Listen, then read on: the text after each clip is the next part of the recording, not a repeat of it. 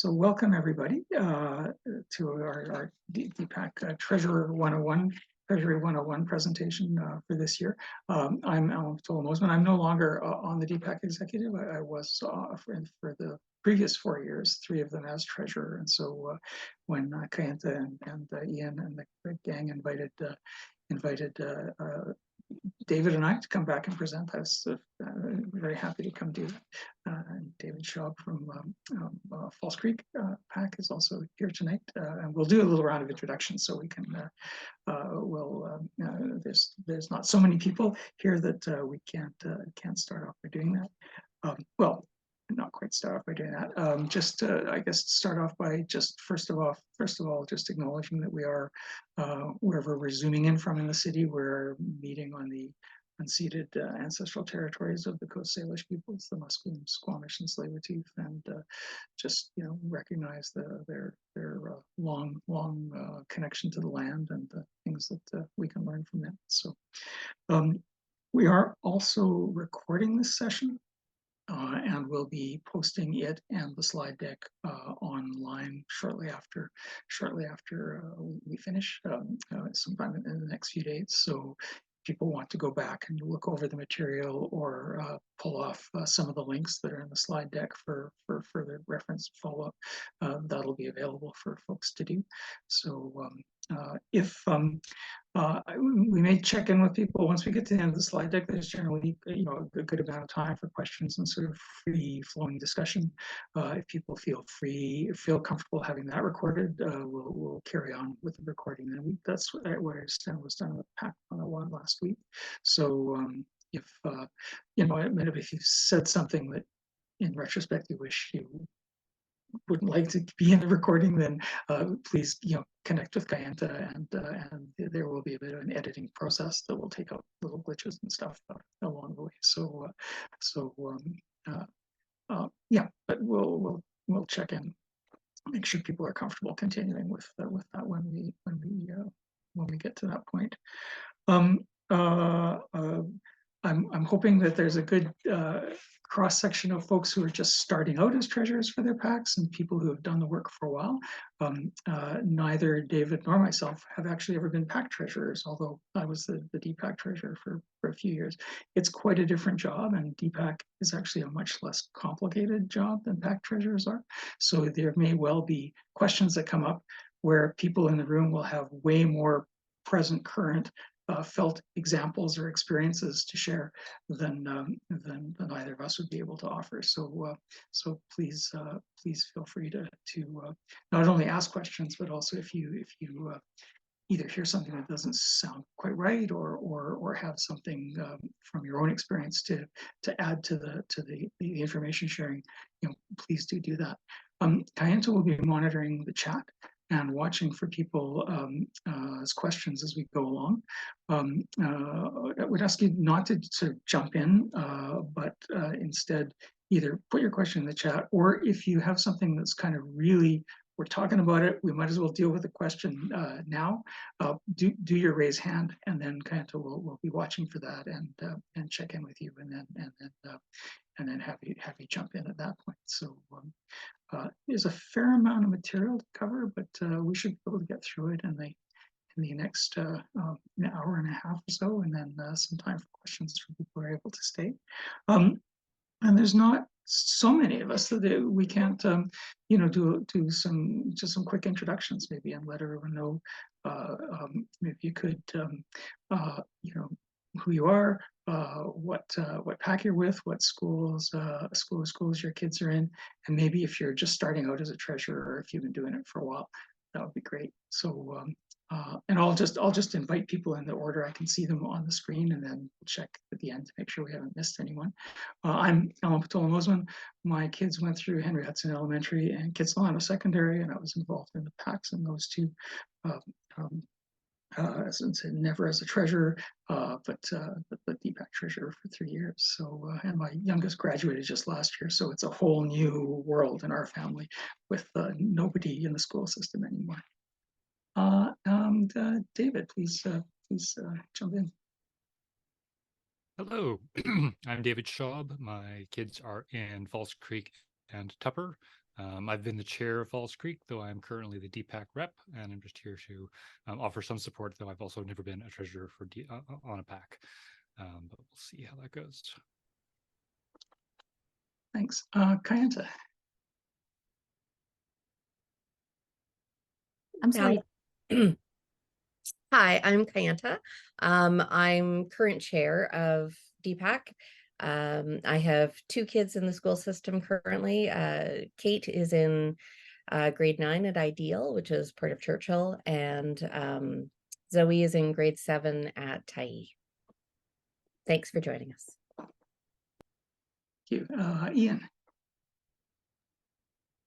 Hi, everyone. I'm the vice chair for DPAC this year, which it makes it my 2nd year with the district PAC. I have a child at Lord Roberts Elementary, and he's in grade 7 now. So I've been on the PAC there for ever since he got there, basically. So for about 7 years. I guess 1 year is kindergarten, 8 anyway. And I've also not been a treasurer. However, I've been the chair of our PAC, and I've helped to onboard 5 treasurers, maybe 6, I can't remember, and have often had to do the budget votes and all that kind of stuff. So if you do have questions sort of from here on out, feel free to message me, and I either know a treasurer who can get you an answer, or I might even know the answer. And I'll share transparently, I am in a meeting and or coaching soccer every night this week again. And so I'm probably going to duck out a little bit early, but I'm generally available and wanted to make sure I came and said hi. So hi. Oh, and one last thing, longest intro ever. I'm going to put a link in here. He did not share, but David has been nominated by his PAC to be a member at large for DPAC.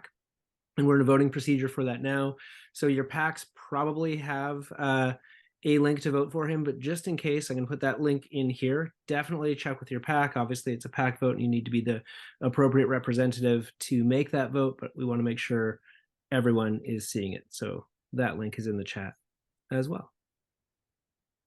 Great. Thank you, Ian. Sandra.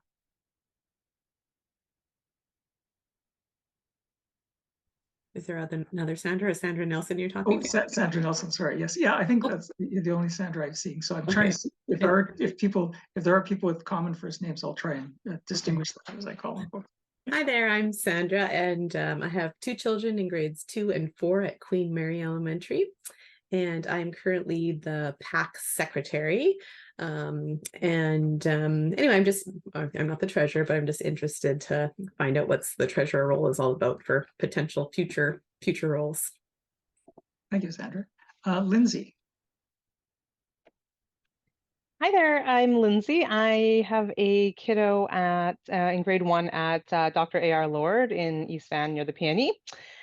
And I feel very much over my head. So I was so excited to receive this email. I've sort of got thrust into this. All of a sudden, me and my husband are both on the PAC executive, and we have a brand new executive that nobody has ever served on a PAC before. So we're all fresh and all junior and all learning as we go. So I'm so happy to see so many other people here that I can hopefully learn from. So thank you so much for putting this together.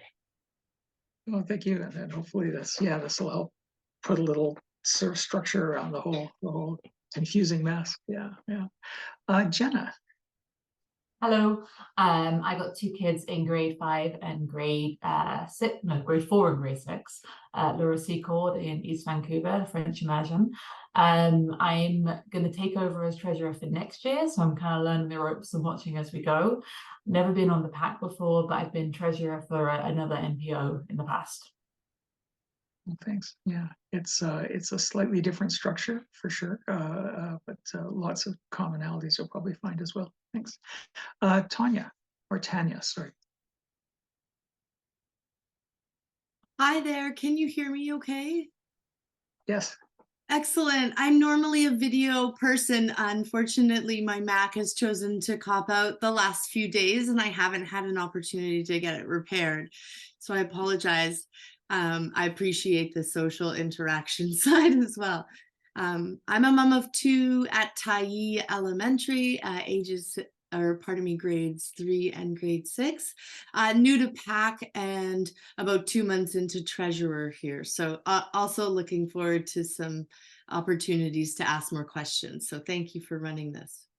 Great, thank you. And Tahi is one of the few PACs that is actually a registered, charitable society as well. So you may in the end have some other folks coming to you to find out more about that as well. So thank you. Yeah, early on the holiday train, I just issued out, I think, 160 official tax receipts. So that was the great introduction to being a charitable society. Yes, it's awesome. Thank you. Kelly. Hi, I'm Kelly. My son is at the kindergarten at Lower Roberts Annex, and I just become treasurer from this September, but I don't have any access yet. We're working on it. I have some accounting background, so I thought I may use my skills for this role. Thanks, Kelly. Thanks. Jew Group. Hi, good evening. So I've got 2 kids. So one's in grade 2 and he's at Queen Alexandra over in East Van. And then the other one, there's a big gap. She's in grade 11 over at the Tupper Mini. Yeah, and so somehow I got roped into doing PAC treasurer this year. So I do have some finance background. So I'm hoping that'll help me, but there's all these rules and regulations. And so you guys are my lifeline here. So teach me all you know. Thank you. Thanks. Mona.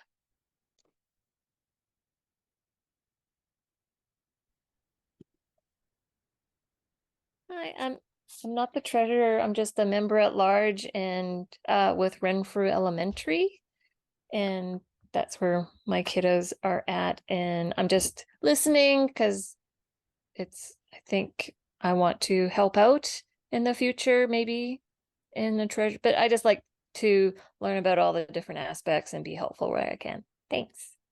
Thanks, Mona. Yeah, and for sure, it's helpful if generally if people on the PAC executive understand what the treasurer's role is. For sure, that's super helpful to the treasurer as well as to everyone else. Ashley. Hello, my name is Ashley. I have one daughter. She is currently in Point Grey Secondary School and grade 10.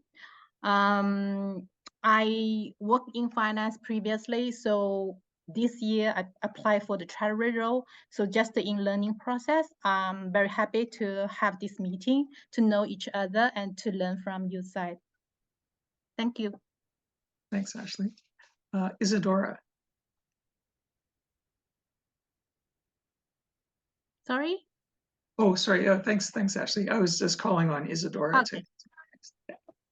Hi, sorry, trying to find the unmute button in the video button. My name is Isadora. I have 3 kids, one grade 4, grade 2, and one going to kindergarten next year. Wow. Currently, they're at Dr. George Weir, and my kindergartner will also go there next year. New-ish to PAC, was shadowing the treasurer role last year, and with a couple of graduating parents, became treasurer this year. So excited to hear and learn from the rest of you guys. Thanks, Isadora. Malcolm. Hi, yeah. I'm Malcolm. This is my first year on PAC and first year being treasurer. I have a bit of an accounting background, which will hopefully be helpful. My daughter attends Lord Tennyson in grade 3. So like everyone else, appreciative of this call tonight. Thank you. Thanks, Malcolm. Conroy. Hey, y'all. I'm parent to 2 rambunctious boys over at David Oppenheimer. First time being treasurer and first time joining a PAC. Wow, diving right in. Thank you. Angela. I'm Angela. I'm a member at large at Renfrew Elementary, and I have kids in grade 2 and 4. Thank you. Jacqueline. Hi, I'm Jacqueline. I have two kids at Waquanis Yakum Elementary, one in grade 5, one in grade 2, and one coming up in kindergarten. I have a finance background, so I joined PAC for the first time this year as treasurer. Thank you. Claudia. Hi, everyone. I'm actually also in an info session for a mini night right now. So I apologize that I'm trying to multitask. I am the new chair at Hastings PAC, having previously served several years ago only as a member at large. Just want to make sure that as we kind of go through a rebuilding, reinvigorating phase, that we are doing the right things with operating funds versus gaming funds and following all those rules. So really appreciate y'all putting the session on.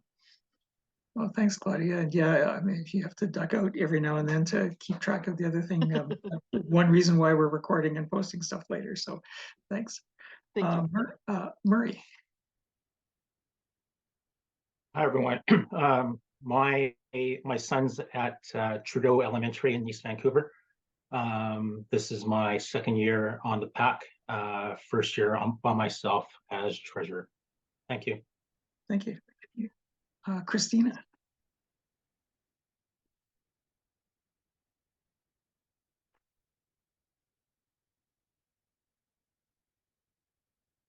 Oh, Christina, we're having some trouble hearing you.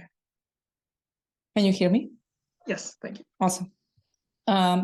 My name is Christina. I am the DPAC representative for Douglas Annex in Maine, Sir James Douglas. I'm just interested in gaining knowledge. Like, you never know when you might need it. So thank you so much for putting all this together. Thanks, and Christina. I have one son in grade 2.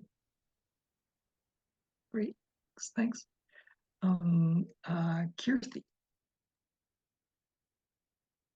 Good evening, everyone. I'm Kirti. I have a grade 1 daughter that goes to Lord Selkirk. And that was a major reason for me to start volunteering. And they picked me to be the treasurer for the PAC. So this is my first year being a treasurer. And that's one of the reasons why I signed up for the 101, because I have no clue what to do being a treasurer. So thank you so much for this opportunity. Looking forward to the presentation, though. Thank you very much. You're welcome. Thank you. Ryan.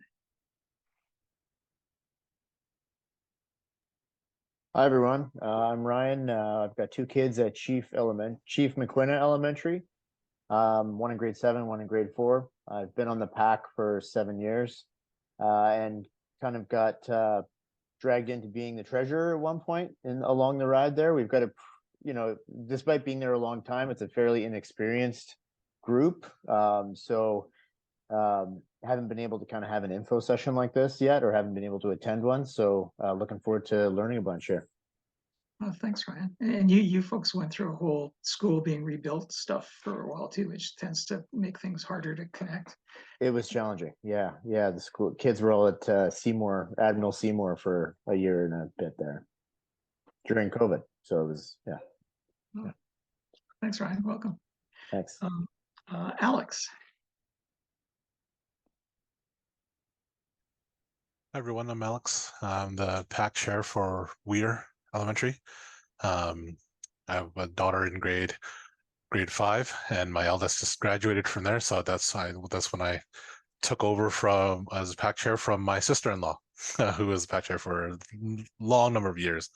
And I'm just interested in getting some more information about treasury. I was a bit interested in what type of session this would be and what type of information I can get and how I can help out the treasurer on our PAC as well, if I ever need to back her up.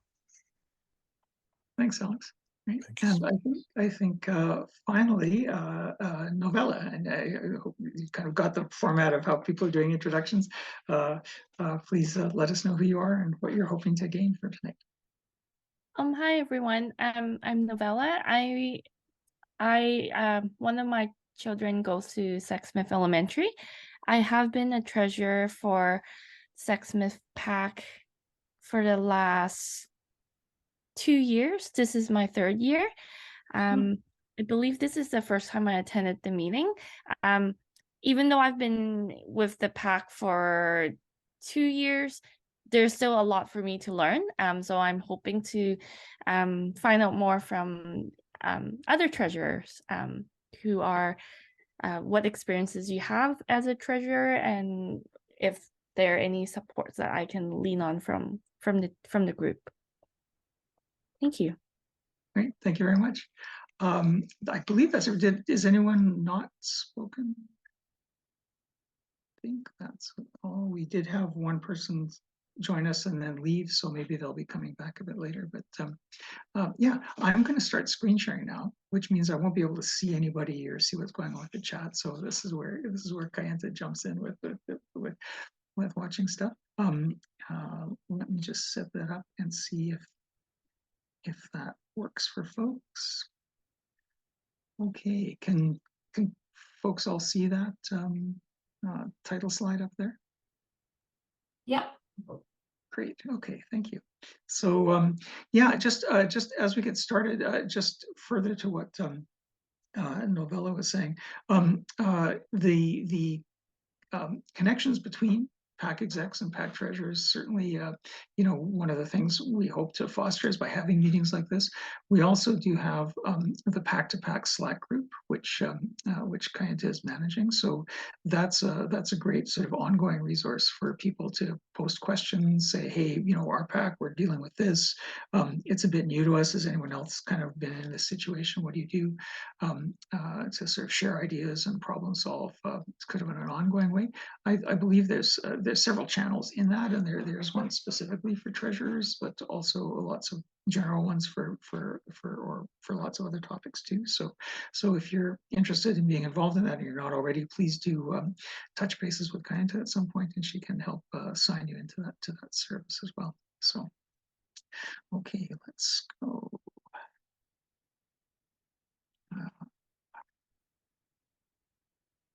Right. Now I'm sharing it, but now oh, there we go. Okay. Right. It's just slow. So there I'm going to scroll back now because I scrolled ahead too fast because nothing was happening. Okay. All right, here we go. And David, for sure, jump in anytime if you see something that needs some more emphasis or seems you've got something else to add. So basically, the treasurer is this is a bunch of stuff we pulled years ago from the leadership manual that BCC PAC puts out, the provincial PAC organization. The link is on the bottom there to the financial management chapter in their manual, and it's a good resource. It's good looking at. It gets into some slightly more technical accounting sometimes than PACs really need to do, but it's a great overview of kind of the role of financial management, PAC finances, and the treasurer's role. Essentially, the treasurer is the person who kind of looks after keeping the PAC on track in terms of making sure, as the last bullet point says there, that the PAC is spending money according to the council, the council's approved budget, or outside of the budget with authorization through a motion passed at a general meeting. So the treasurer is the one who kind of is the check on that to just if something else is happening to notice that and bring everyone back into sort of good process. So plus there's also a lot of the day-to-day kind of nuts and boltsy stuff, like keeping all of the banking and financial records, checkbooks, deposit books, properly recording all financial transactions in some sort of a ledger or spreadsheet that you can use to generate reports and bank reconciliations, regular financial reports for your general meetings, and a year-end report for the annual general meeting, and then to help to draft, to basically take on the lead in drafting a budget with input from the rest of the executive. So those are the kind of the main sort of big tasks that the role involves. There's nothing in there about fundraising, which is a big part of the activity for a lot of PACs. It's not formally part of the treasurer's role to be in the fundraising. You're more sort of keeping track of the funds that come in and then how they're spent. So, I mean, a lot of PACs do fundraise. There are some that don't fundraise on principle. There's always a bit of an equity issue with what different communities within the city are able to do in terms of both putting time and finances into working at the PAC level. And so there's always a bit of concern that a school that has a pretty well-to-do community that is able to fundraise a lot for the kids, it creates inequities across the system with those kids who don't. So there are it's the question of fundraising or not is one that it's worthwhile for PACs to revisit every once in a while, just to see what their own priorities are and how comfortable people are with the level of funds they're raising. If the PAC is fundraising, it's good to set up an actual committee to do fundraising that's chaired by an at-large executive member to help engage more parents in the work of the PAC, and to just not to sort of automatically assume that that's the treasurer's job to do that. It's just better for engaging your community if more parents are doing more stuff, if the work is spread around more. So. There is that PAC to PAC reference there is not about the PAC to PAC Slack, but there is a structure set up in DPAC where PACs that have the capacity to raise a lot of money and would like to use that money to support PACs that don't can actually, through the school board, it's kind of a double blind system. They can talk to DPAC. You can dedicate some funds that would go into a fund that's held by the school district that other PACs could then sort of draw upon for help in doing stuff. So I don't think that's set up a few years ago. It's not been used very much, but it has been used a little bit. So the current DPAC exec will have the details about that. A lot of PACs that do fundraise have been moving away from the kind of let's have a lot of events and sell stuff and things that take a lot of work to organize and don't generate a lot of funds. There's been a pretty substantial shift towards just doing a direct donation appeal at the start of the year and getting some parents to just bugging them once and then taking that as your your pot to work with for the year in addition to your gaming grant. I see Ian has a question or a comment. Well, yeah, just something to add. I would say, well, many schools I've seen now doing direct appeals who did not in the past. I can jump on camera. We still see a lot of schools doing other kinds of fundraising, and for a treasurer that can be a lot of work. The good news is, and certainly where our schools PAC and many others have shifted to a degree, is the use of event-based fundraising, whether it's a bake sale or a popcorn sale or all those sorts of things, primarily as a function to drive community relationships and to build the PAC presence and community, more so than being drives to increase funds, whereas direct appeals tend to be about getting the money, obviously. So definitely would encourage you still to do event-based things, but more focused on bringing the school together. I just note that every PAC is different and every school is different. And I've had a PAC where there was a strong amount of desire to do direct donation because it's more efficient than selling things. But then parents came in who didn't want to do that and didn't like that as much. So it is always going to be individual PAC's choice and view of how to operate. Thanks. So if this will come up again later, certainly if you do if you fundraise through events, then these are admission charges or purchases of stuff are not donations per se, because the person sort of receives something in return for them, so they are not tax receivable. It's not tax receivable fundraising, which is good because you need a pool of money that you have no restrictions on how you can use. And there are several things that you can only spend out of that kind of pool of money, any PAC administrative kind of costs, for example. But for when you are running, if you are running a direct donation campaign, PACs can't issue tax receipts unless they're registered charities, and there are very few of those because it's quite a lot of additional work. As we heard the Thai rep talk about, generating all the tax receipts for folks. This is something that is not a typical sort of role for a PAC. So, but because of the way the tax rules work, the Vancouver School Board is a registered charitable organization, or it's a government organization with a sort of equivalent sort of status. So the VSB is able to issue tax receipts for money that's donated to the PAC through School Cash Online, because the VSB holds those accounts. So this started out in 2018, 2019, where they stopped the old system of, PAC collects all the money, gives all the donor information and the money to the district. The district writes the receipts, then returns the money to the PAC.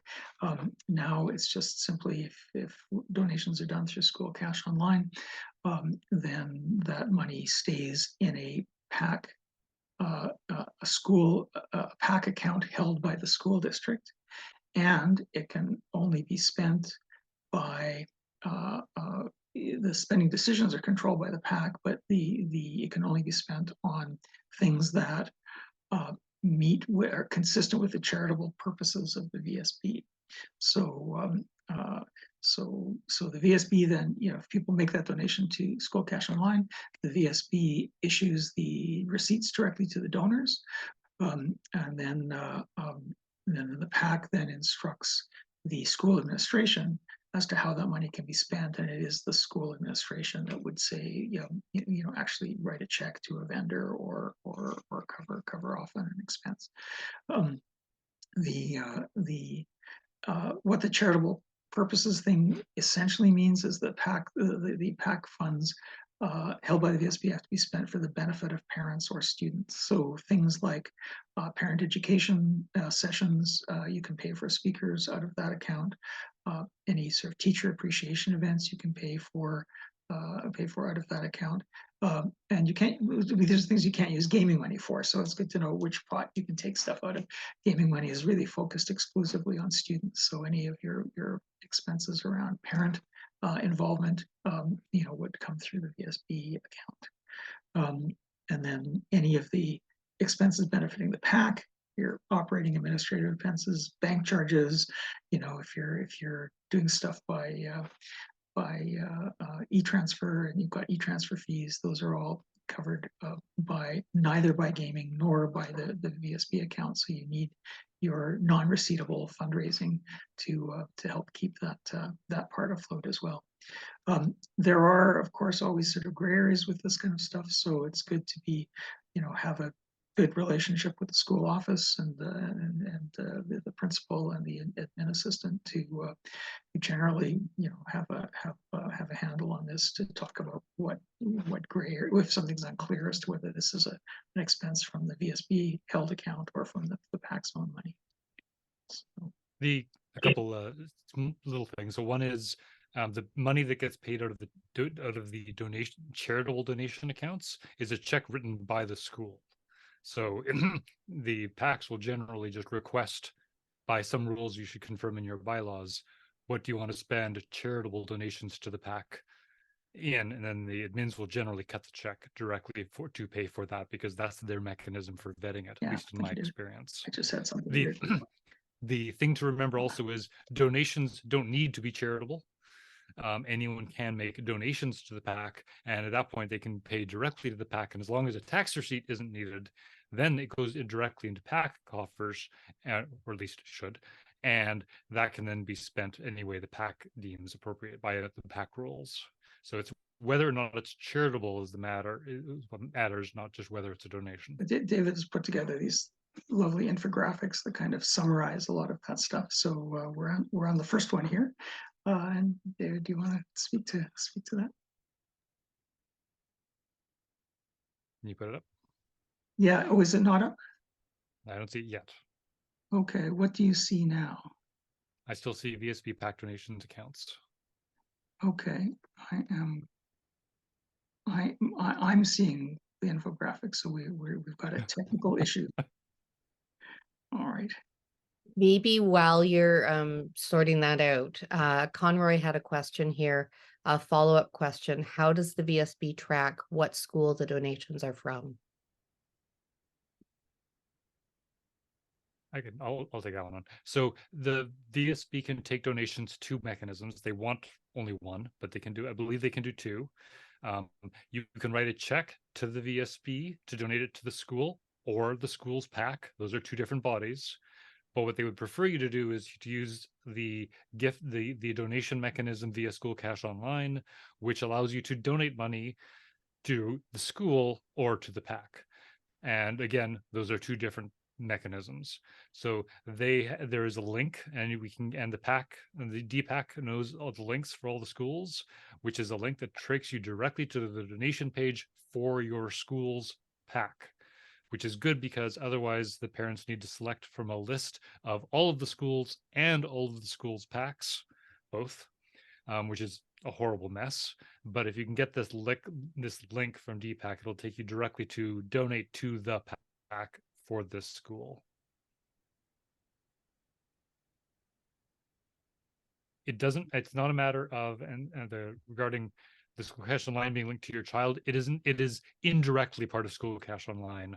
It actually takes you to a different page that is kind of connected, but not very clearly, which has a separate selection mechanism for the individual school PACs. It is possible the VSB changed the rules regarding checks. I know they didn't want to do them. It was unclear whether they still would accept checks directly for the school PACs or not. Maybe that has changed. Maybe I'll update my infographic. Yeah, the answer we got last year to questions from a couple of PACs that tried that was they were strongly encouraged not to do it, but when they made it, when they kind of pleaded, they were allowed to do that. I expect the check is big enough the VSB will notice. I'm not sure. I seem to have my screen frozen on a slide we're not talking about. I'm going to stop my screen and try it again. And that may be the best way to sort of rectify that. So. Okay, regarding Jacqueline's question, does the VSB verify that it's an eligible expenditure? The admin does. So the principal is cutting a check from the school, so the principal knows who they're paying the check to, because they're not paying it to the PAC. If the PAC is saying we're going to buy this with a charitable donation, the charitable donations, then the admin knows what that is because they're writing the check to that thing to buy that thing. So that's how the admin controls and vets for charitability, is they are generally writing the check directly for it. Oof. I also wanted to point out Jug Group's question. Sorry, my chat window just disappeared. Did you want to scroll up and take a look at that, David? Or do you want me to read it out? Here it is. For the direct cash payments that is on the rise to the parents, usually want tax receipts for them. If my so, impression, wouldn't that put more of an administrative burden on the school office folks? It's the VSB office that handles the tax receipts, not the school, so they don't care. My impression is that generally people are donating tens of dollars, hundreds of dollars, and at that point the charitable tax receipt value is not that huge. And my impression is generally parents don't care that much about the tax receipt, which is why generally as a PAC I would advise giving donation links out via, they could possibly do it by e-transfer, they can do it by check, they can do it by cash. You could set up a PayPal account, you could do other mechanisms where the PAC can directly receive money, and you just have to make it very clear to the parents you're not getting a tax receipt if you do it this way. Thank you. I think we're back on track now with the slides. Is this what you Nope, same thing. Oh, same thing. Okay. It's the VSB PAC donation account slide. Direct links are available. Yeah. Okay. That's where I'd intended for us to be. Okay, yeah. The only two sort of quick points around the direct donation kind of fundraisers is the VSB typically has a monthly reporting schedule back to the school on what comes in on those accounts. It's kind of their sort of monthly update for the school as to how their finances are going. So if you are doing a direct donation campaign that's going to be 2 weeks long, and you would like to know during the campaign at a few points how far along you are. So if you're putting word out to parents saying, we've had this target, here's how far we've got, we're looking, here's what we've got left to do. It's possible to do that, but you need to arrange it beforehand. So when you're setting up your direct donation campaign, talk to school admin, say you would like to be able to update the parents on a weekly basis, and then they will set up with the VSB to be able to do that. It's a difficult thing to do midstream if you haven't set it up already, just because it's a large ship, and to try and turn any bit of it around on short notice is hard.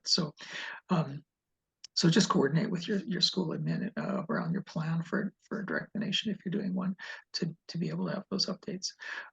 The other thing is you can use School Cash Online to conduct non-receivable fundraisers. So for example, if you're selling stuff, or you're using, for example, you've got payments set up for your hot lunch program or something like that. If those go in through School Cash Online, not through the donations module, but through the same piece of it through which you pay the school fees for your kids, then if you work with the school administration, say we're doing a fundraiser, we'd like to use School Cash Online for it, then parents will use the School Cash Online link for the PAC. They'll indicate kind of what it's for, and then the VSB will hold that money, collect that money, and then write a check to the PAC, so the money goes into the PAC's general account from the VSB. So it's another way you can save a little bit of administration if you choose to do that by using School Cash Online for some of your non-receivable fundraising.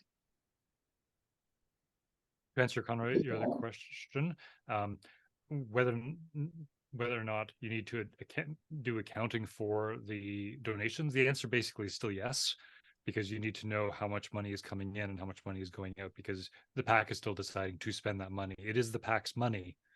It's just where the PAC isn't the one writing the check, but it is still the PAC's money, and the PAC still needs to track it. It's just a bit harder to track accurately to the day. Right. I'm going to do this cumbersome stop sharing and start sharing again, because I seem to be now stuck on this slide, but I'll get to the next one and then bring it back in. Joe Group, you had a question? Yeah, thanks.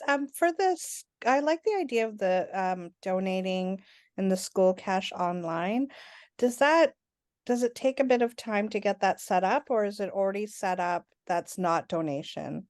It's for the charitable donations, everything is set up entirely. It is all transparent to the PAC. Okay, so for the non, like you're doing your munch a lunch type of thing, and it wants to go straight to the PAC, and because a lot of people don't use cash nowadays, right? So if we want to have it directly go to the PAC, does it take long to get that set up on the VSB Online? It depends on how you're doing it. Like, so for a lot of systems like Munch Lunch, they'll have their own payment processing. Mm-hmm. The PAC can pay for and set up their own payment processing. The only trick with School Cash Online is it does have a cost to the admins of the school. So it's not something that I would want to do daily. Right. Because you are basically getting the admins to do administrative work to set up School Cash Online for a thing.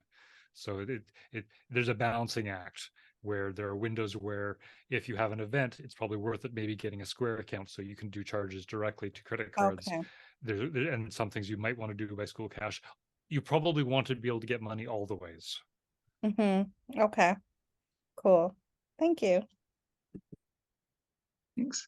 So, so I think I've got this cracked now. Let's hope that we can kind of not having to bail out and bail in again on each slide change. But so basically, so what's probably becoming clear is that so PACs basically need 3 bank accounts. There's the bank account that is funded through stuff from School Cash Online that's held by the VSB. There's your own bank account for non-receivable fundraising, and then there's your gaming account, which is a separate, has to be kept completely separate from your other funding. So it's good to just have kind of clear names on each of the accounts. For any of the accounts that the PAC is spending money out of, so gaming and the PAC's own general fund, you should always require 2 signatures for checks or 2 authorizations for an e-transfer. Generally, all PAC officers are signing authorities, so typically your chair, vice chair, secretary, and treasurer are the folks who should have the signing authorities for e-transfers and checks. And it's good to have at least 3 because it's also good practice not to be ever signing yourself a reimbursement for something, so that if one of the officers is being reimbursed for an expense, the other 2 signing officers can sign off on it for them. If you do use something like PayPal, make sure the account is owned using the PAC email account and not anyone's personal account, so that it could be very, very challenging to transfer those over as people change. And you should always have at least 2 folks with full access to a system like that. Claudia, I see. Question. Sorry, I hope I'm not jumping ahead in the presentation, but I wanted to just delve into having designated accounts a bit, if you don't mind. And if this comes up later, feel free to skip the question. If, for instance, we're raising for something specific, like grade 7 camp, or we're doing a specific donation campaign for something, is it better to have an account specifically for one initiative, or do you maybe have unintended consequences there? Yeah, I would actually put that to the room to see what people's experiences are. My own bias would be to just sort of earmark funds within the one account and not set up multiple accounts. There to open and close accounts and change signatories on them can be challenging. I know there are schools that have done things like, the grad fund has a separate account, or schools that have typically in the past run like the French immersion exchanges to Quebec, which have not really happened since COVID, but those were often sort of set up as separate things because there was quite a lot of money involved in those and a separate sort of PAC subcommittee that would work on them. So there are pros and cons to it, and then if others have comments, please jump in.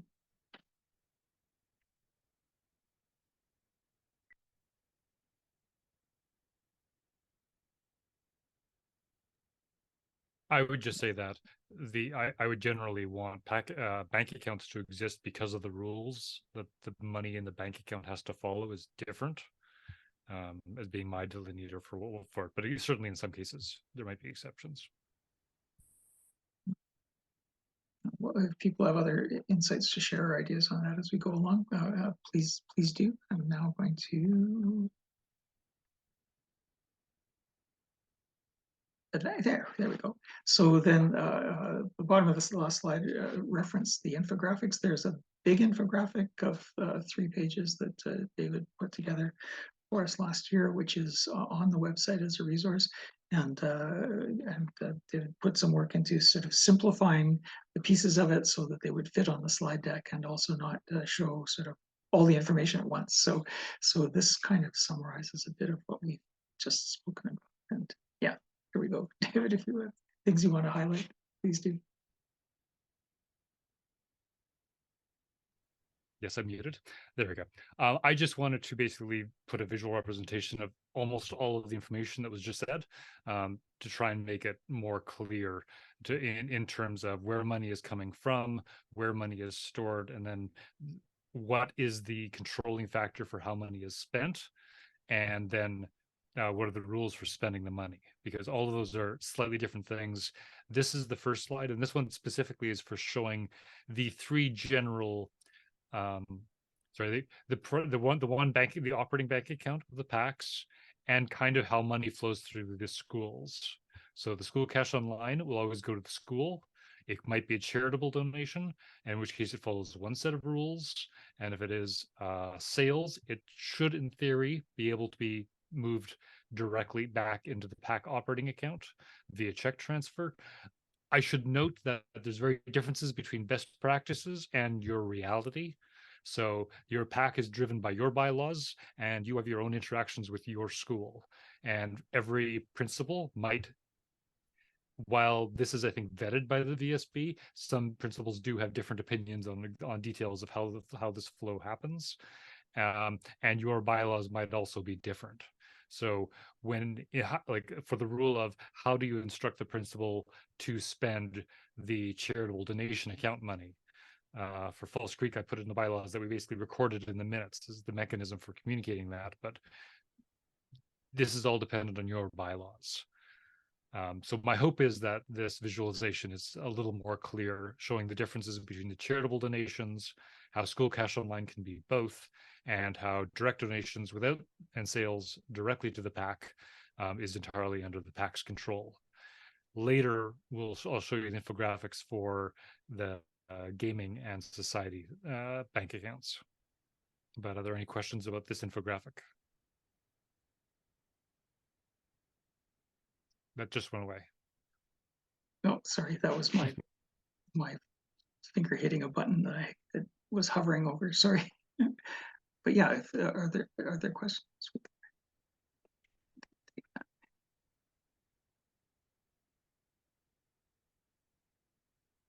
Okay.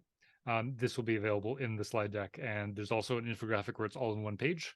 But we can then move on. Back to you, Alan. Sure. So gaming grants now. That's there we are. So so all PACs are eligible to apply for gaming grants. The application period is between April 1st and June 30th to apply for the following year. It's important not to be late for those. The gaming grants are funded out of the casinos and lotteries and the whole provincial gambling system. And there are a number of sectors that are funded through gaming grants, PACs and DPACs being one of about 6. Arts and culture, sports, public safety is a category. They all have different application periods. So once all of the applications are kind of in for a year and the grants sort of dispersed, only if there's money left after all of the sectors are done do they go back and start to look at late applications from any one sector. So it takes a long time to get to that point, and there's a strong possibility that the money has all been spent at that point. So it's really good practice to get your application in by June 30th. You're within 90 days of your fiscal year end, you then need to submit a report to the gaming branch about how you spent the money for the previous year. And if you are behind on those reports, which is something that sometimes happens when PACs transition from, like a whole group leaving and a whole new group starting, sometimes people discover that they're been a bit in arrears in their reports. So you'll hear from gaming that they need to have those before they can process your application, and generally, hopefully the information is around. You can do that. If you keep the account in good shape, then generally the information is there. Right? Funds are dispersed by October 31st. Every school should have those by now. Your PACs, so if you've applied, you should have your money for this year. The funding rate is $20 per student, and the number of students is based on the enrollment from the previous September.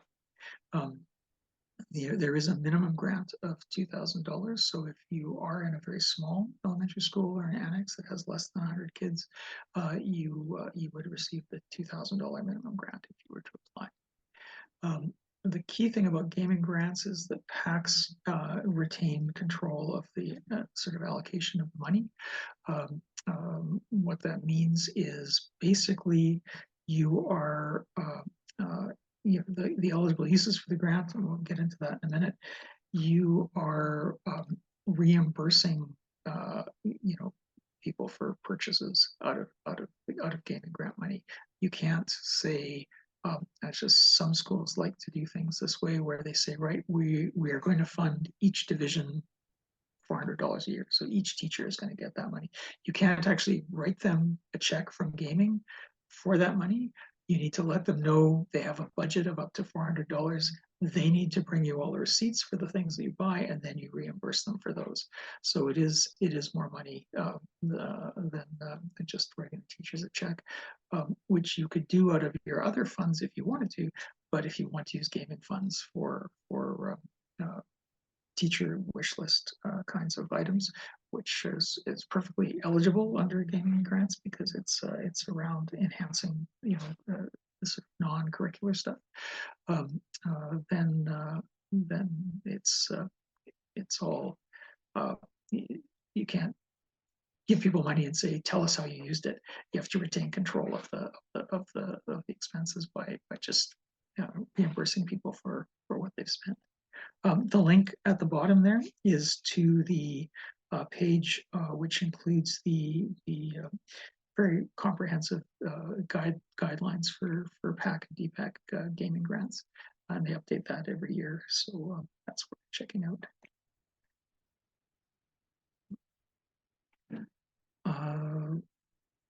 Okay, we've talked about the reimbursing. There we go. A new change this year, PACs previously had 36 months to spend their gaming money. That's now been reduced to 24. So gaming grant money that you receive this year, you have until September 2025 to spend it. Money you receive in past years still has the old 3-year guideline attached to it. But after a couple of years have gone by, all that money will be sort of 2 years rather than 3. DPAC, by the way, has a 1 year, has to spend the gaming grant money in 1 year, and DPACs just across the province get a $2,500 grant, regardless of how large or small the school district is. But for the schools, it's all per student. Gaming grants funds are used for extracurricular benefits. We'll talk about that more in the next slide. The grant funds can't be used to pay for other fundraising. So we had Gaming clarify this a couple of years ago. If, for example, you've got a community event going on, you're selling refreshments to raise money, you can't use gaming funds to buy the refreshments.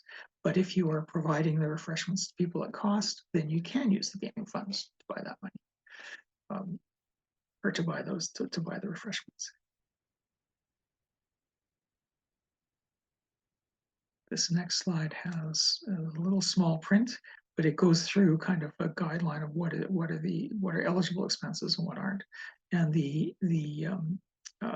general principle is for the benefit of students and not curricular. So stuff that the school district has responsibility for, parents are not allowed to supplement using gaming grants. The slightly thing that seems kind of non-obvious in that is close to the bottom of the eligible list of emergency safety or earthquake related supplies or equipments. Parents can, if say there's the school has a storage area for earthquake kits, can put funds into the resources there. Things like making sure each kid has a personal kit that they can access if they need to, or some other kind of first aid supplies and stuff like that. You can also pay for, if your PAC wants to join BCC PAC, you can pay for your membership fees, which are $75 a year out of your gaming grant money. So it's sometimes tricky to figure out what's eligible and what isn't. The list of what's not eligible is much longer than what is. Teacher or classroom resources, any kind of capital improvements. There is a separate capital grants category in gaming that PACs can apply for to help do things like, I've seen them in high schools do things like improve the equipment in the gym or in like a weight room or something like that. You can't fund items that are responsibility of the school district. This came up a lot during COVID. Parents were not able to spend gaming grant money to do things like increase sort of the availability of PPE in the school. You couldn't use it for goods and services that benefit parents, like parent education, or staff appreciation lunches, any PAC administrative costs. The thing that moved this last year from eligible to non-eligible is scholarships and bursaries for post-secondary education. There are PACs at secondary schools, particularly, that offer PAC scholarships for a couple of PAC scholarships, say, for graduating students. They are now, they were fundable for gaming up to the end of the school year that ended in 2023. This year they are ineligible. There's a general criteria in all of the community gaming grants system about funds not being spent for the benefit of individuals, and this was always a bit of an exception to that. And over the last year, the gaming branch decided they were not going to continue to allow that. So it's not to say that PACs can't fund scholarships and bursaries, they just can't use their gaming money to do that.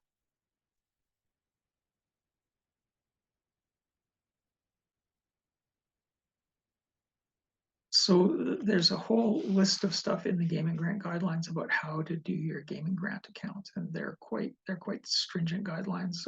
Not that complicated, but important to follow correctly.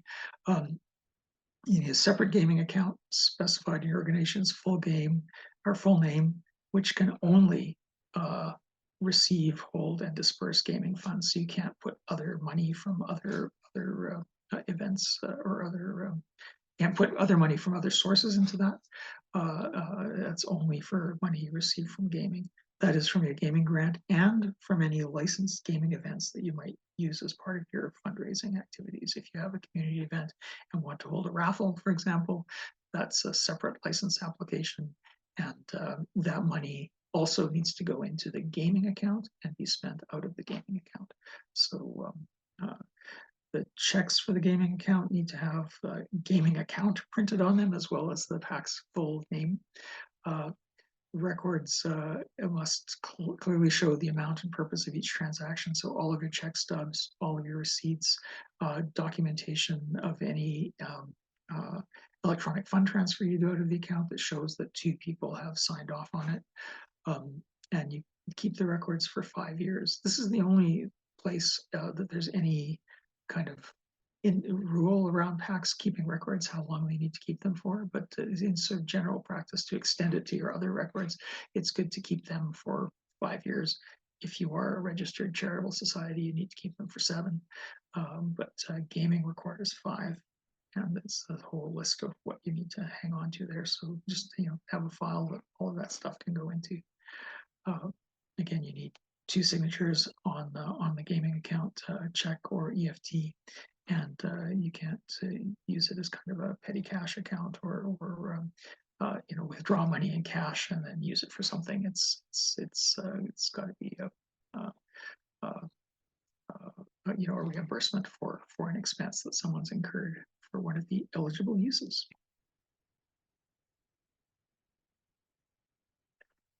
So the licensed gaming events, you do need to apply for a gambling event license. There's a whole manual on how to do that that's linked to at the bottom of the page there.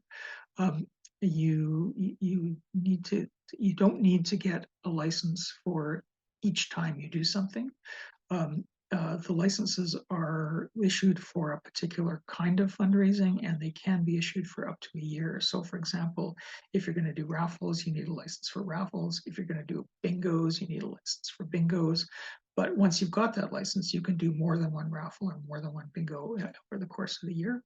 There is the license will include a maximum dollar amount that you can raise through that fundraising. So once you've your first raffles super profitable and you end up raising that amount of money, then you can't do another one in the year without applying for another license. But I didn't put a specific figure in there because it really depends on the kind of event and the kind of level of license you get, and those details are all in the manual from licensing.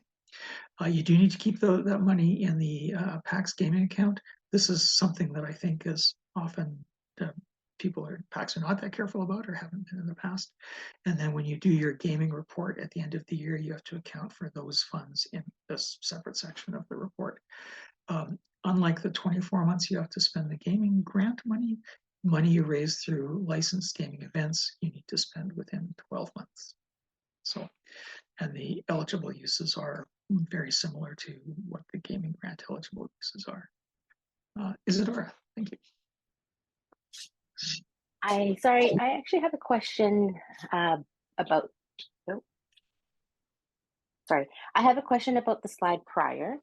Okay. And it just because about the documentation of what we need to keep for the gaming account.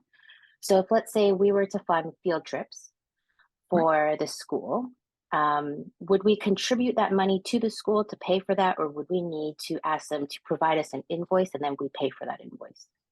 Second is correct. Yeah. Okay. Yeah. And then so if let's say the contribution wasn't 100% of the cost, we would just say we're paying this portion of the invoice? Yeah, well, what I would suggest doing is seeing, so if the PAC has decided it's going to pay for like 50% of the bus cost or whatever, then then I would ask the school administration to invoice the PAC that much rather than to give you the whole bus invoice and say, you know, here's what you're paying for it. Just it makes it clear in the records what's, you know, what you're responsible. And then you'll have a minute that says, hopefully that says the PAC agrees to pay, you know, this much money towards the bus costs, and then that's what the school would invoice you for.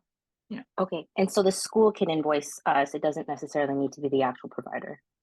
That's right. Okay, great, thanks.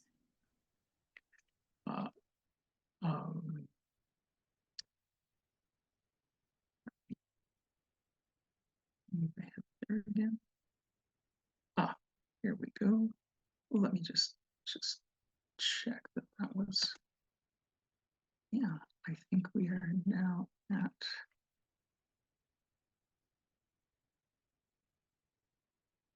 Are we in trouble again, David, or do you see? We're good. Yeah. There's a big box from a context-sensitive menu on top of it. Oh, okay. What's that? You should just need to click elsewhere, hit escape. There you go. This should not surprise anyone. This should be exactly, well, which just went away. Whoops. Oh. The infographic should look exactly the same as everything that Alan, of course, just said. So basically, if the picture does not represent your understanding of all of the previous conversations, then that's a good question. Because either I made a mistake or we need to just clarify something. Give Alan a moment to bring that back up.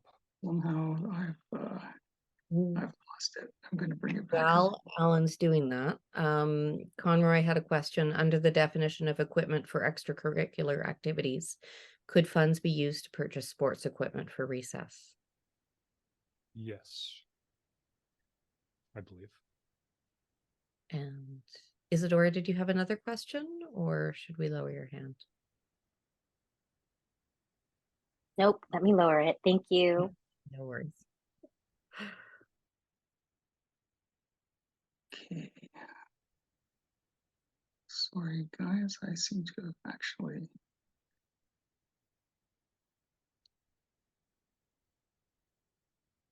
lost this completely, so I will pull that back up again. David, do you want to answer Claudia's question while Alan's sorting out his? Well, if I can, Claudia, go ahead. I have a hypothetical, and it relates to the statement I think a few minutes ago about being very clear that gaming funds cannot be used for the benefit of individuals. if hypothetically there is a concern that your PAC may have done this, are there audits done of these things? Like how, this is all hypothetical, of course, you know, and how do we kind of guard against this type of thing? Yeah, that's beyond my ability to answer. Just hypothetical, of course, but I thought I would throw it out there in case anyone Accidents had happen. some thoughts on this. We're all volunteer organizations trying to do our best. Yes. And best effort. So the primary goal is to do your best and to try and be transparent about it. From my perspective, that is the most important. And then everything else is just reality. I don't know if Alan or Kent have a better answer for that one. You want to take it, Alan? I bet I know what you're going to say. Yeah, we certainly hear from PACs that they have had, feedback from gaming that something has not been right in the past. But gaming typically in my experience, have typically taken if you can demonstrate that you're going to not do that again going on, or assure us that we recognize this is kind of a new group and it's not they're not going to penalize you for mistakes of other groups in the past. So the main thing is to, I think, if you discover a problem, it's better with gaming to go and say, hey, we think we've got a problem here, how do we fix this? And they're way better disposed to be helpful than if they do kind of one of their random audits, find something that looks fishy to them, and then come asking you after that. So I would say yes, please do try and consider them a resource as opposed to an adversary when it comes to this kind of thing. Thank you. That is very helpful. Yeah. Okay. Thank you. And I'm sorry. I think I'm just about there now. Lindsay, you had a question? There we go. Yeah, similar, I think, to Claudia's question. Maybe the answer is that I should go straight to gaming and ask them. But last year, before I was even on the PAC, funds were taken out of the wrong account. So now I'm in a position where I need to transfer the funds to rectify it. And I was just curious the best way to document that, to indicate that the funds were supposed to come out of gaming, but they went out of the other, and then now 6 months later, that's being reversed. Yeah. Yeah, I mean, I would think just, if you can just sort of straight up do the bank records and the, any minutes that the PAC has that says, oh, this is a problem, here's how we're going to fix it, and then here are the bank records that show how we fixed it, would be, would make sense to me. Yeah. Thank you. Yeah, for sure. That's yeah, PACs find themselves in that kind of situation not too infrequent, for sure. So I have the infographic slide up again now. That's where we are, but I am going to try and full screen it. But there we are. Thanks for your patience. I don't know, David, if you had anything you wanted to say. Unfortunately, it didn't update for me after you pressed slideshow. Oh, okay.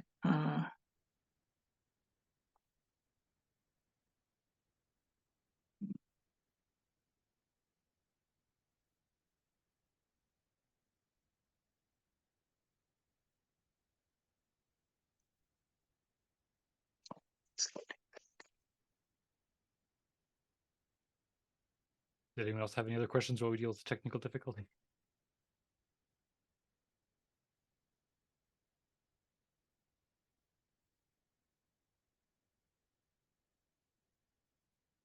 Claudia, I just see loading Alan at the moment. Oh, this is fairly off topic. Are PACs allowed to, like, if we know we have a longer term goal with funds that we've fundraised for, are we allowed to put it in a higher interest rate instrument to kind of capitalize on the fact that we know it's a longer time frame? For operational money, yes, Oh, great. but not for gaming money, and of course not for charitable money that is controlled by the school. Right. Thank you. Okay, so the slide now is up. Again, this should just communicate exactly the same thing, that money coming from games of chance and money coming from the government directly goes into the gaming account. It has different payment requirements. It has vetting requirements still, and is controlled by, of course, the very specific list. This should just be consistent with what everyone heard. If anyone has any questions, otherwise Alan can go on. Great, thanks. And yeah, I didn't have anything to add to the question about saving money for a larger project either, for sure. So thank you for that. Yeah, so just a last slide on gaming grant. You're good to involve the community, as the parent community and administration, teachers, staff, students, for figure out ways to use your gaming grant. Now they're suggesting this is actually different from what I'd said in the past, which is best to pay vendors directly rather than through the school. But if it's a shared thing with the school, where the school you're contributing a cost to something that the school is paying for, then yes, for sure. The school could invoice you 50% of the bus costs, and you would pay that, and that would be create a paper trail that would make sense for a gaming audit. Be careful to make sure your minutes record any decision around the gaming fund allocation. And that you're working for your bylaws, through your bylaws when you make those decisions. There are a couple of other resources on this slide. There is a decision tree for how to decide on the eligibility of a proposed expense, which basically asks you to kind of assess how much say you're buying, a set of guitars for the school. Are they going to be used by one teacher in one classroom, or are they going to be available for use by whatever group of students is going to be working with guitars? That kind of question that you can kind of suss out. Okay, is this extracurricular and to the benefit of as many students as possible? There's also quite a nice FAQ that covers a lot of this stuff, and the link I put specific to that there. So before we go on, I see Alex has a question. Thanks. Yeah, I was just curious about the that best practice about paying the vendor directly. So so I'll use the example of like sports jerseys, for instance. There is only one tax on that GST, and typically the schools get that reimbursed through their own methods. So in that case, from the amount of funding required, we wouldn't have to deal with reclaiming that GST. So is this best practice just a recommendation, or is it like actually enforced by the gaming grant or by the gaming body, I should say? I would say it's not enforced by the gaming body. Really, in terms of giving, writing a check to the school, the key thing that gaming is going to look at there is, are you reimbursing them for something that they've purchased on the instructions of the PAC? So, does the invoice, sorry to cut you off, so does the invoice have to be billed to the PAC then? Yeah, well, the school would need to invoice the PAC if they've paid the vendor, I think. Okay, I realize it's treading to a gray area here, because if they're making a purchase because PAC is directing them to, because we want to fund jerseys, like numbered jerseys for the schools teams, right, then they would make the order, and then they would bill us for that amount, and then we would be paying for it. So it's the intent is we want to essentially buy the jerseys for the teams, right, and we want to use the gaming funds to do that. Yeah, I would want to have both checks, on record. I would want the invoice to the school and the school invoice and the invoice to the PAC and have them both. Right, like just keep them together so that we know that this is a related. It's just a paper trail. Okay. Thank you. That's what I want to know. Thanks. That's a good clarification. Thank you. Yes. Yeah.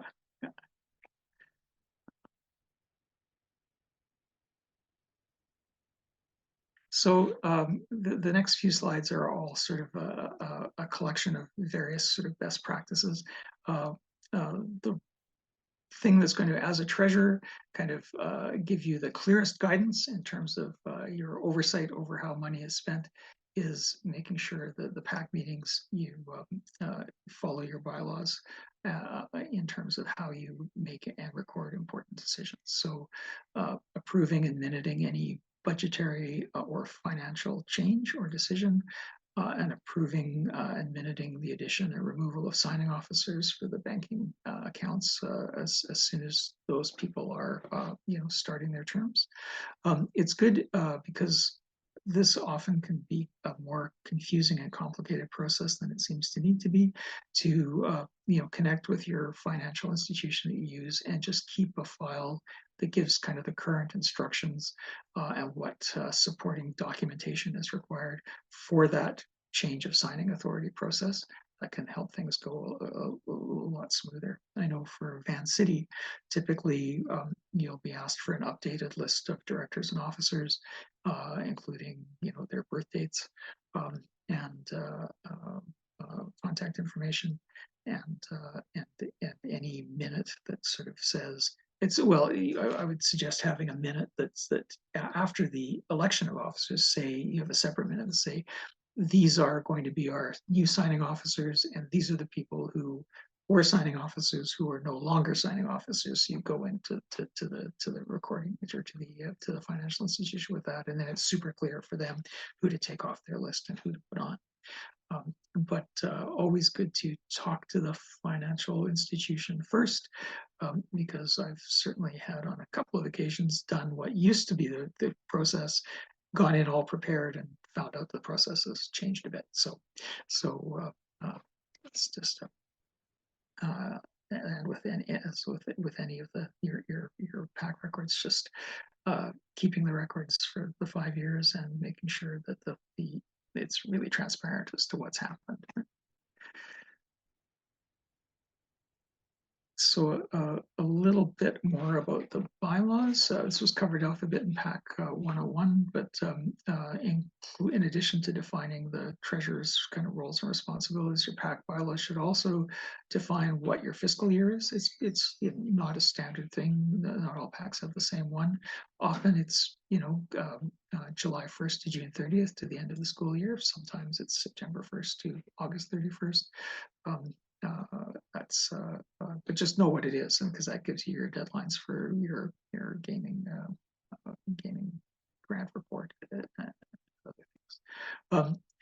Typically, it's good to have some kind of a process in your bylaws that authorizes the executive to spend a limited amount of money on matters that can't wait for approval until the next general meeting. It's I know PACs I've been in have sort of, that's been between about $300 and $500. So just gives the executive room to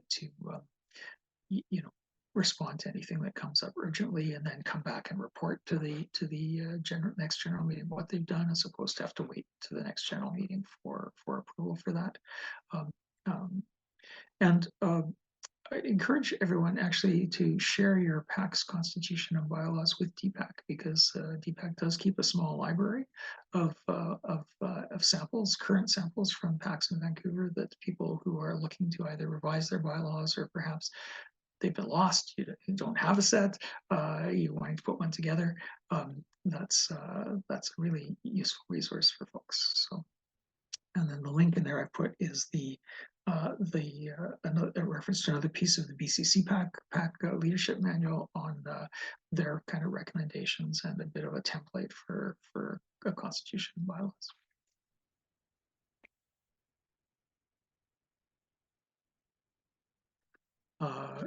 as a treasurer, it's if your PAC is meeting monthly or slightly less frequently than that, but at every PAC meeting to bring an up-to-date financial statement, publish them as part of the meeting minutes. Keep a calendar of the tasks that happen during the year that you can pass on to the next person who's taking on the role, and start looking for that next person fairly early on in your year. When we were doing introductions, a couple of folks had said they'd been now treasurer, but had been shadowing a treasurer for a year ahead of that, and that's a really nice practice if you can set that up that long in advance. It helps make for a really smooth transition. Then if don't wait until your child is graduating to stop being treasurer. Try and stop being treasurer the year before, so you're around as an advisor to the next treasurer. Is also not always possible, but if you can do it, it's a great way of helping keep things sort of seamless. If you run into challenges, do ask for help. DPAC is able to kind of help connect, and that PAC-to-PAC Slack is also a really good way of bringing up challenges and asking folks how they've handled or would handle it. There are things as a PAC member, that executive member, or as a parent member of the PAC, that you can do to help make your treasurer's job easily. One is to look at their roles and responsibilities that are in the PAC bylaws and make sure those seem clear and sensible to you. Some of the folks who have been or who are new treasurers bring some accounting experience to it, which is helpful. Not required. It's generally not that sort of complex a job, but if you can do basic bookkeeping, then it's not beyond that. Co-treasurers is something that a lot of PACs do to sort of balance workload and ease succession. Using a low-cost bank is I know lots of PACs use Vancity, not all do, but just casting around for a financial institution, think of one that's got a good sort of community level involvement. We've touched on some of this already. It's good to sort of periodically revisit the importance that your PAC assigns to fundraising and how you're fundraising and what you're fundraising for. Revisit the amount that seems reasonable to carry over to handle expenses early in the next year. And then we spoke to this with a question beforehand about if you're fundraising for a large expense, can you keep the money? For sure, yeah. Often PACs will choose to try and spend the majority of the funds they raise in a year during that year, unless there's a specific project. So you could put money in GICs for a few years if you're raising money for a playground or some kind of larger upgrade, or if you're doing going to do a capital grant application through gaming, then you need to have some of the money set aside ahead of time to demonstrate to gaming that you're serious about what you're doing. So yeah.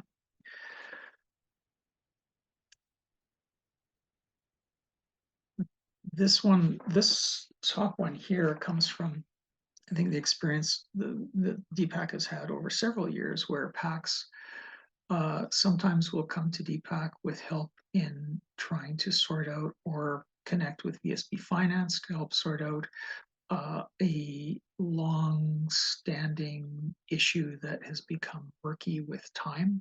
And those can be very challenging if there's some money went missing and then no one's sure it came back, but there's no real records of how the payments went. They're kind of, that kind of stuff is rare, but mistakes are always possible. So if you as a general member of the PAC see something in a financial statement that you don't understand, it's really useful for everybody if you ask about it as soon as you realize you don't understand it, so that so that simple mistakes don't turn into these kind of long drawn out mysteries that are very, very challenging to unravel. So and then the other piece is really keeping as far as possible, and often it's often it can be a challenge with changes in school administration and changes in PAC administration, but just to keep a good relationship of really open and frequent communication between school administration and the PAC executive will really help the things function more smoothly. And again, when in doubt, ask for help, and always err on the side of maximum transparency and clarity.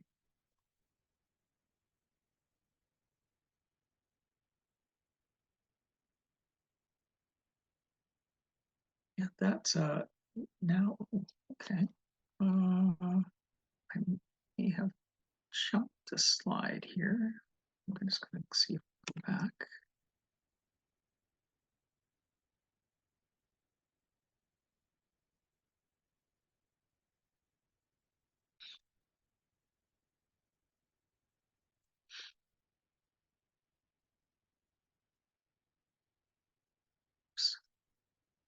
I'm sorry. Okay. Are there any questions? I see a note from Kayanta. Thank you.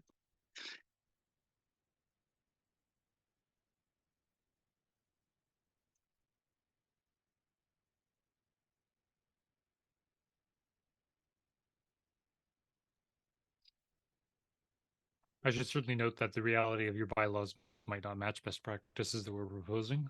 Sometimes that's just the reality of your PAC. Sometimes that's your bylaws haven't been updated in a while, and maybe you can always change your bylaws. It can be a bit of involved, take some time to do so, but if you should certainly review your bylaws as part of Treasury work and see what things are actually said there, because it can matter what things should be minuted and how decisions are made. And if you don't like what you see in there, it is always possible for the executive to propose changes to their bylaws and pass those at later general meetings with lots of notice. What is the kind of general process for that? So, I mean, the executive would meet, review what changes they would want to make to the bylaws, and then would we have to circulate that ahead of time? How much notice would be required? When I've done it, I've generally done about 3 general meetings, like 3 months. So I'd have a meeting going over the proposed minutes with the executive, and then with a general meeting. And then at the next meeting, I would say, have there been any feedback over the time of that month, and then send that out to the entire school population and post it in the school where it's very visible. And then at the next meeting after that, maybe preferably the annual general meeting, though I'm not sure if your bylaws have rules for how you change your bylaws, which you may need to check in your bylaws. But certainly that type of notice and that type of involved activity to maintain very high levels of transparency. And then just, so Alex and I are on the same PAC, and we have a lot of questions around the GST. We're looking into the hot lunch and the applicability of GST on the hot lunch program. And I was just wondering if there was anybody here who had any experience with utilizing the school to purchase the hot lunches so that GST wouldn't be charged on certain food items.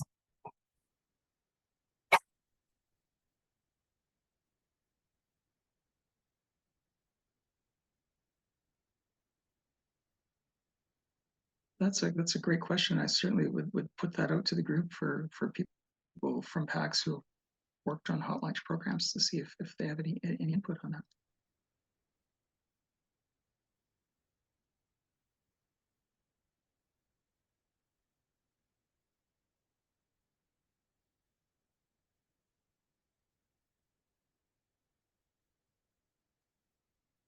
So I just want to add to Israel's question, because we're both very curious about this, because things have changed at our school where our administration, they were audited, and the accounts that they have on their end were flagged, because for our hot lunch, it was very smooth for a number of years where vendors would bring the food and they would bill the school directly, and they would either not charge tax, or the school would just go through their process of reclaiming that GST, and then PAC would get their funds from the school, would just write the PAC that check, or just store it on a hot lunch account that the school managed.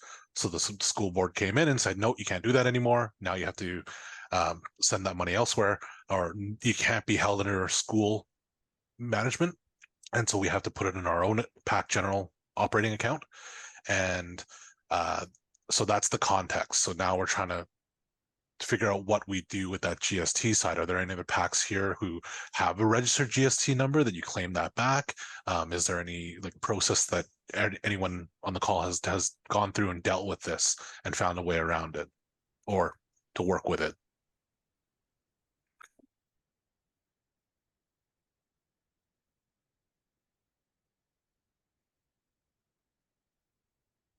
Claudia, I see your hand up. Is that do you have some input on this? Actually, my question was about something else, but I could on the GST thing. We do not have direct PAC experience with this. We sort of had this political thing for a while where we were kind of told not to do hot lunches. But I'm gonna try and change that this year. I think just from individual experience, this is not directly related to PACs. I think you can only reclaim GST back if you are doing something that kind of generates economic activity and are kind of the government will only give you some back if you're giving some to them in the first place. Do you know what I mean? So like if you're doing some sort of economic activity that generates GST for the government, then sometimes they will give that back to you. But in this case, the economic activity would be associated with the hot lunch provider. So I was sort of like brainstorming out loud. Like I'm not sure that I see a pathway where a PAC could claim that back, I guess, in trying to sort of answer the question that's on the table here. And maybe I'll just clarify a little bit more. So generally speaking, any type of hot lunch meals are going to be GST exempt. So for our caterers and things like that, they don't charge us GST because their supply of the food is already GST exempt. Specifically, though, there are some foods that do not meet that exemption. So like pizza and Subway, as an example, those two specifically. So the vendors don't have a mechanism to say, we exempt you. However, we did come across documentation online from the West Vancouver School Board that said that the school district supports PACs who want to offer hot lunch, and in order to be completely GST exempt, the vendors would need to bill the school directly. The school would need to pay for it because the school as body is exempt from all GST on all foods. So on foods that don't meet the GST exemption for regular like PACs, the school bodies would be able to be exempt. So in that literature that we saw online from the West Vancouver School District, it actually said that they could reach out to the school district, there would be a P card set up, the school would pay for it, and then, you know, that would kind of be between the school and the PAC to settle the reconciliation between revenue and expenses after that. And so I was just hoping if anybody knew whether or not the Vancouver School Board offered that to any of the PACs within our school district. We've asked the Vancouver School Board accountants, and they don't really seem to have any information right now on that. So our principal is going to try to get a little bit more information, but I just wanted to see if anybody here had any experience on that. It does sound as if the district's policies and stuff have changed recently around this. If the school, you've reached out to the school district and they've not been able to help, there is a little information coming up later, which now may be outdated. So it's good for us to know that around how you could put in a claim through the district for GST expenses, right? So, and the GST, typically because the school district does qualify for GST rebate, whereas PACs in general don't. There was a mechanism whereby you could, sort of handle an expense through the VSB where they would credit the PAC with their portion of the GST rebate. But that sounds like it's a much narrower sort of set of circumstances than what you're talking about. So I look forward to actually learning what the updated situation is on that. So we're back on track here with the screen share, and this is a small piece on if you are or choose to go the route of registering as a first as a registered society under the BC Societies Act, and then applying to the Canada Revenue Agency for charitable status. There are some other pieces of work that then go along with that. Doing your receipts to donors yourself rather than having the district do them, doing an end-of-year annual report for the BC Registrar of Companies under the Societies Act, and then your registered charity information return, which needs to be filed with the CRA 6 months after within 6 months of the end of your fiscal year to maintain your charitable status going forward. So it's important to keep all of your submissions and documents for those reports if your PAC goes that route in a safe place, and to hang on to those for like 7 years. And again, make sure that the records go with the office rather than with a personal account. And now there's this an infographic slide to the third one to talk about BC Society PACs. Claudia, your hand was up. What was the subject? Oh, it's slightly off topic. So I can save it for later if you like. Okay. I'll lower it and I'll re-raise later. Thank you, though. Again, this is a very much simpler just view of what exactly Alan said. This basically is the only path for PACs themselves to be able to offer tax receipts. And again, PACs need to have bylaws and rules regarding this. And of course, there's much more reporting requirements to the two different government bodies. And of course, now your spending is not limited by just PAC rules, but also CRA and BC Society charity rules. So just be something else to be aware of.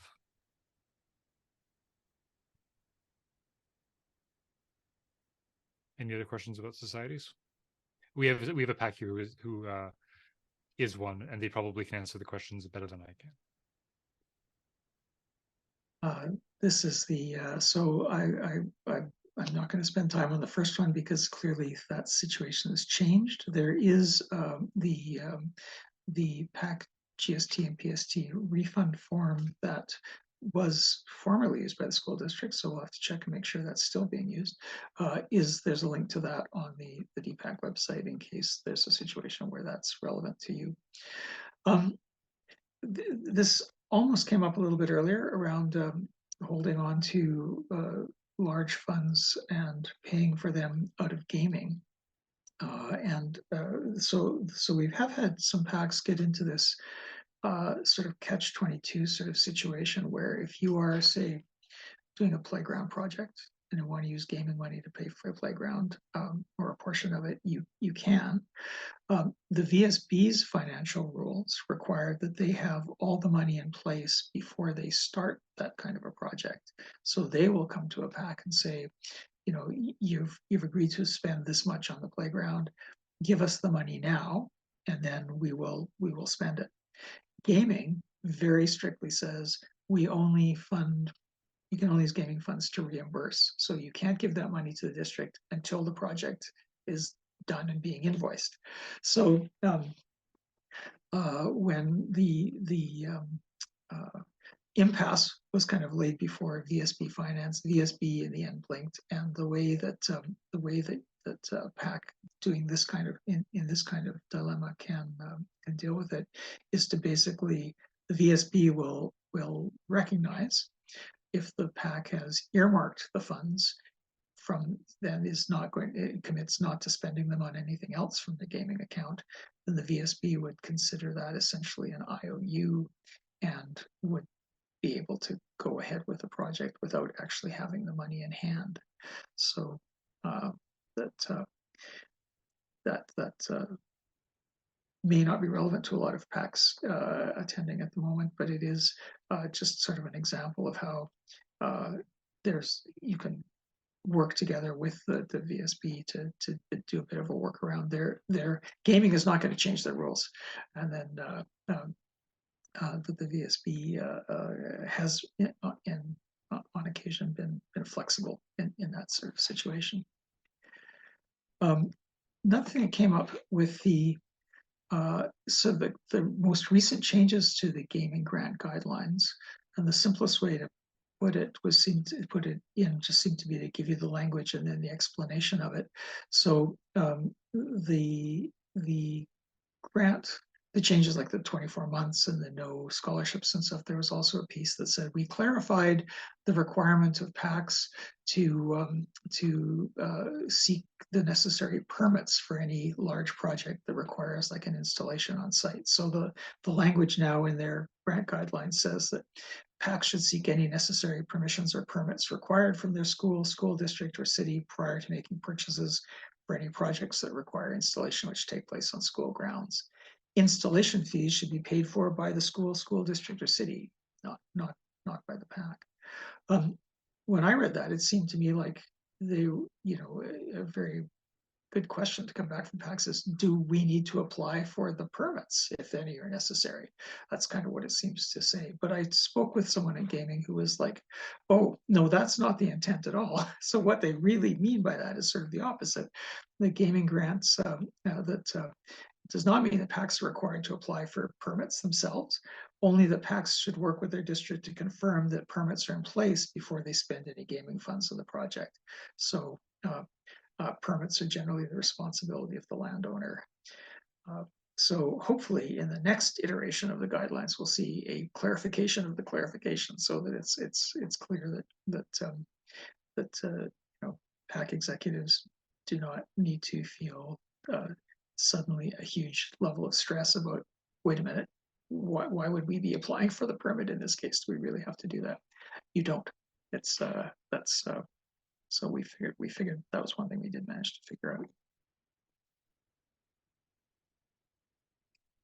out. So really, we're sort of at the point now where any general topics for discussion. We're not quite at 9 o'clock. We have a few minutes to take questions. A couple of the things we put there as kind of seed ideas are just the move to electronic fund transfers. How you do that.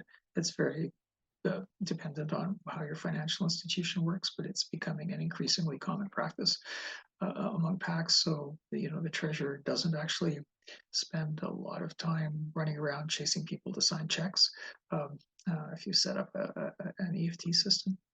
And then there are a lot of PACs that spend a significant portion of their money on funding requests from teachers for additional enhancement resources for the classroom, for extracurricular clubs and stuff. And if you have a set of requests come back that's far in excess of the amount of money you actually have to spend, how do you prioritize them? And so some common criteria PACs use are how many students are benefiting, how long is the item going to last, are there alternate sources of funding available to school admin? And we say, well, yeah, don't worry about that one, we'll cover it because we have money from this source that will cover it off on, say, musical instruments or something like that. Are you trying to give relatively equal funding across divisions, or do you have teachers who always apply and often get grants, and then a teacher who never applies? Should they be prioritized if they ask for something? So those are just some set of criteria that PACs have found useful to work with. And at this point, yeah, let's open it up to other questions. Or is there a bank of questions ready to go, or should we just go with hands? We've been keeping up with them as we go. So I think Claudia's got her hand up. We could probably let her speak. Thank you. So this is me, being inexperienced, although I was on PAC previously as a member at large, I wasn't sort of at this level of the exec. I know that we're subject to a code of conduct, but that we also have to respect kind of what our membership is telling us about, initiatives that are important. If we have approved at our AGM, general buckets for things, but fundraising isn't going the way that we want, and it looks like we might be in danger of overspending, how do we say, hey guys, we actually can't do that? Like, we don't have the money to do that. Like, how does that work between sort of, code of ethics / financing / the Constitution / the will of the people?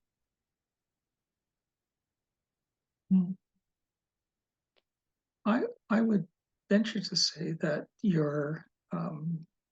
a big piece of that would be the regular financial reporting that kind of gives everyone a clear picture of where you're at in terms of, so we have our budget, which is kind of an intentional document about our intentions. We've done these things to raise money. This is what we've got. So we now have to go and revisit some of the decisions we've made in terms of our budget priorities, because it's clear that we either can't do it all, or we need to see if the community is willing to do more fundraising. And I would say, if you're just really clear about what the situation is in a very regular kind of ongoing way, then yeah, if it becomes necessary to revisit a past decision, then my hope would be that it would be kind of obvious to the community that that's what you need to do, and you sort of take it from there. I don't know if that's helpful, but yeah, it is. I just worry about kind of some people thinking that if I get my funding request in first, even though my event isn't until much later, then I get priority because I got first in the queue. Do you know what I mean? Like, people think that I've staked my claim first, so to speak. Yeah. That would be where, speaking as, past PAC exec, I would suggest that your exec would call or would bring up during one of their meetings, we need to decide on priorities for the year, or, in discussing, as Alan said. I hope you don't mind me answering or putting in my 2 cents, Alan. Yeah, please do. Yes. But in this coming up as conversation in the meeting, the community coming together and making a decision on priorities. Where are you going to spend money first, or what are we going to take care of this year? What's our priority if we only have X amount of dollars? So that's not, because that shouldn't be on you at all. Thank you.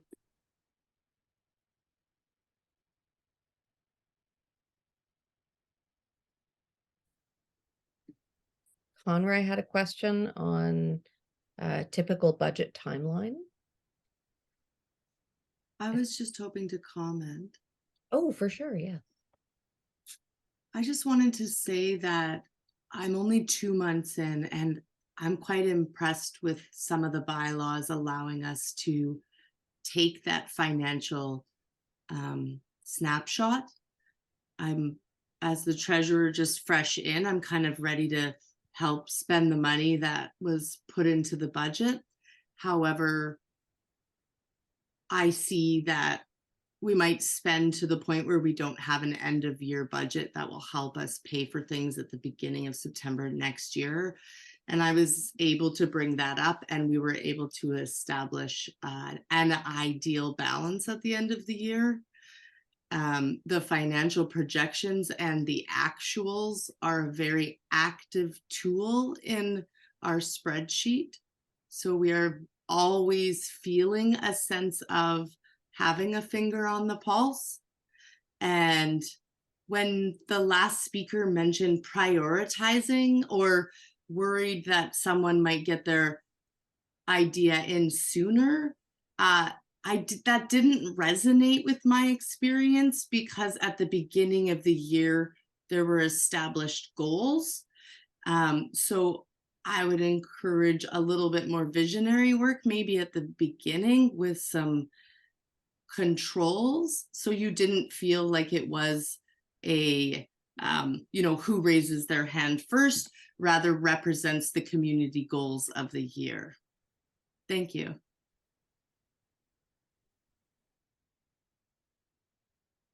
That's a great comment. Thank you.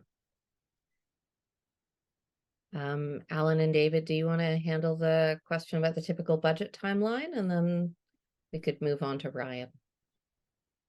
Gosh, I'm not entirely clear what the question is. Conroy, do you want to come on and clarify? Sorry, my question was just our PAC is a bit disorganized. I just jumped into the role listed in September, there was no budget prepared for this current fiscal year. So I'm just trying to put in some best practices. I've drafted one, but I'm just wondering what other PACs do. Are typically budgets set before by the previous school year, or I just don't know what best practice is. So I guess if other people want to give their experience of what their schools do, what their timeline is when they prepare their budget.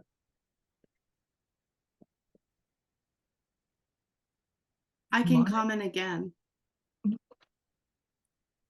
Please go ahead. Sorry, there's my hand. So we met at the beginning of the year as just a straight up PAC, and we were able to review what had happened last year and comment on different goals for this year and make a loose budget. Then we brought the community in a general PAC meeting and motioned or asked parents for their intent or goals that year, at which point we went back and adjusted the budget and then had a meeting for approving that budget. It was a lot of work in 4 weeks, but it established a really great plan. But there were 3 meetings, and one of which was open to the public. Thank you. So just to clarify, your PAC met independently of the general, I guess, population, and just drafted one from that point in September, and then let's call it your when you actually got together with the general population, you approved it probably October. Does that sound right for a timeline? That's pretty accurate. There was a few back and forths, just things the principal had to determine, but yes, we were more effective having a general PAC meeting or an executive PAC meeting and members at large before opening it up to the public.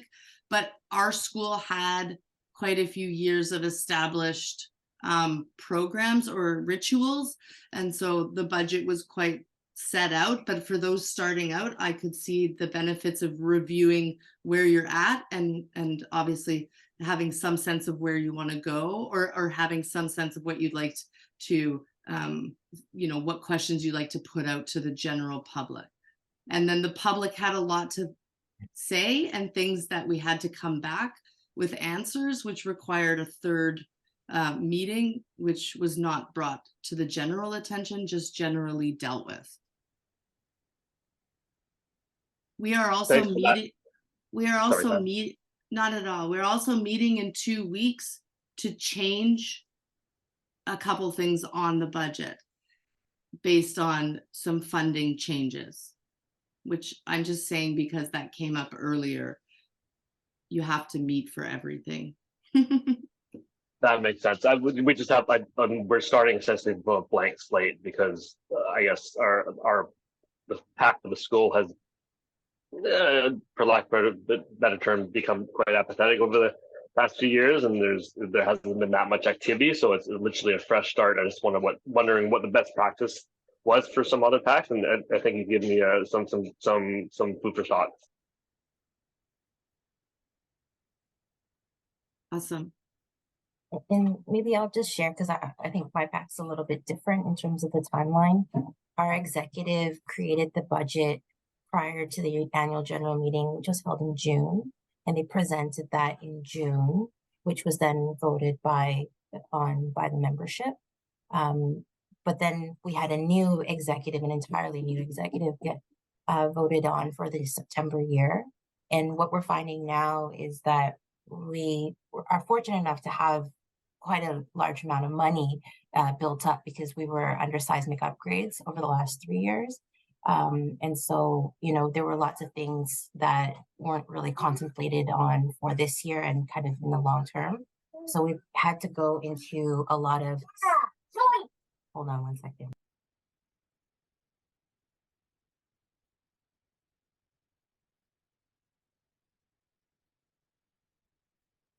Sorry about that. So we've had a lot of money accumulate, and then we've had to put forth a couple of special resolutions at our last couple of general meetings to make budget revisions. And so, you know, I think going into the timing of getting your budget voted on at the annual general meeting was good, and obviously gives the membership an opportunity to understand where the money's going into the next year. But for us, not knowing as a new executive what was being planned last year was a little bit challenging for us, I think, and having to go back to the membership now over the next couple of meetings to say, well, we've talked to the school, we've talked to the principal, and we want to do these, you know, next upcoming items. So just having a little bit of flexibility there. PACs have a lot of variety in terms of when they have their annual general meetings, and for sure the elementary school PAC that we were at for many years had its elections and annual general meeting elections in October. So our process was very similar to the one that Tanya described. We would meet actually the last meeting of the year in June. We'd have a group of the outgoing executive get together to get an initial budget proposal together. We would bring that to the September general meeting for people to give input and feedback on, and then it would be presented at the October meeting so that the new executive coming in had a budget set for them, which they then could choose to revise if things changed, over the course of the year from what had been anticipated. But it was nice to be able to hand, for the old executive, to be able to hand, that piece of work to the new executive so that they could get started without having to kind of come up with something on the fly very quickly. So. Your example there is your year end August, or would your year end be in the middle or after the start of the school year? Yeah, our year end was, I think, after the school year started. So we'd had that sort of 1 month of kind of bridging time before the fiscal year end began.